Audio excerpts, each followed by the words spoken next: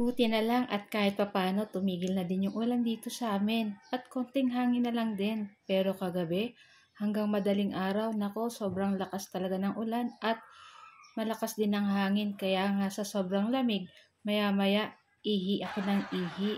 Charot lang po pero totoo po yun. So hello everyone!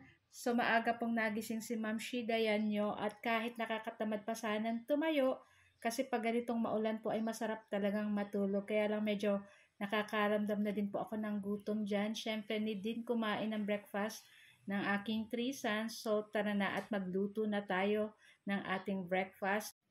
So yun na nga guys, so lumabas na tayo dyan at kung makikita nyo po ay madilim pa yung kalangitan. Ayan, so siguro nung lumabas ako dyan ay mga 6 a.m. Ayan, so sumakay lang tayo dyan ng padjak kasi medyo malayo-layo ng konti. Charot. Pero pwede naman po lakadin. Kaya lang syempre nagdadali tayo kasi 6 a.m. na. Kaya yun, need na natin makapagluto. So, bibili lang pala tayo dyan ng chicken breast na panglahok natin dun sa ating lulutuin na chicken macaroni with mushroom and corn.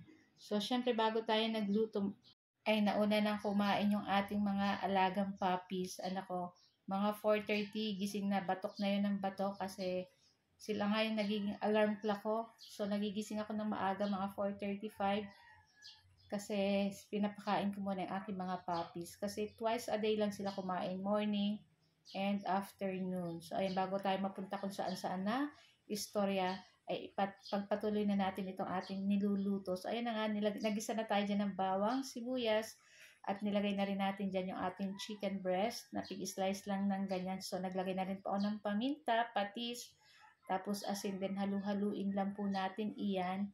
At pagkatapos guys, pag nag-brown-brown na yung ating chicken, pwede na tayo maglagay dyan ng tubig. Ayan. Mga 1 drum ng tubig, charot lang po. So, ayun na nga, 1 litrong tubig lang yung nilagay natin dyan. So, depende pa din po sa lulutuin nyo sa kung gaano karami. So, after nyan guys, nilagay ko na dyan yung ating Knorr mushroom soup. Ayan. So, yan yung ating pampasarap at pampakrimi dito sa ating lulutuing sopas. Pagkatapos, nilagay na rin natin dyan yung ating 1/4 na macaroni, pasta, at halu-haluin lang natin po iyan.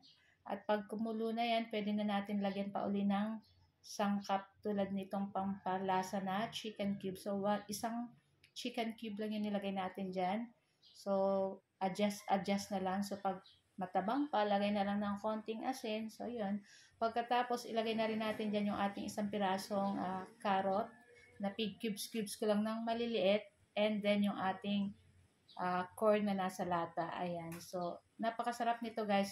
Kung matitikman nyo yung dating nasa Jollibee na macaroni soup, chicken macaroni soup, parang ganito po yung lasa niya. Kaya kung ako po sa inyo, try nyo na din pong lutuin yung ganitong luto. So, habang ginagawa ko tong voice over, guys, madadangog nyo or maririnig nyo yung lakas pa din ng hangin sa labas. So, pasensya na po kahit maingay, gawa po ng hangin. Ayan, talagang mahangin pa po talaga. So, yun na nga, at luto na rin yung ating chicken macaroni with corn and mushroom. Or, ayan na. So, ready na po tayo mag-breakfast. So, bumili rin pa pala kanina ng sliced bread at itong tinapay. So, ready na po kami kumain ng breakfast. Yung aking isang bunso ay tulog pa. So, kami na muna nung twins ang kakain ng anak kong kambal. So, guys, thank you for watching. See you next video again. Ciao!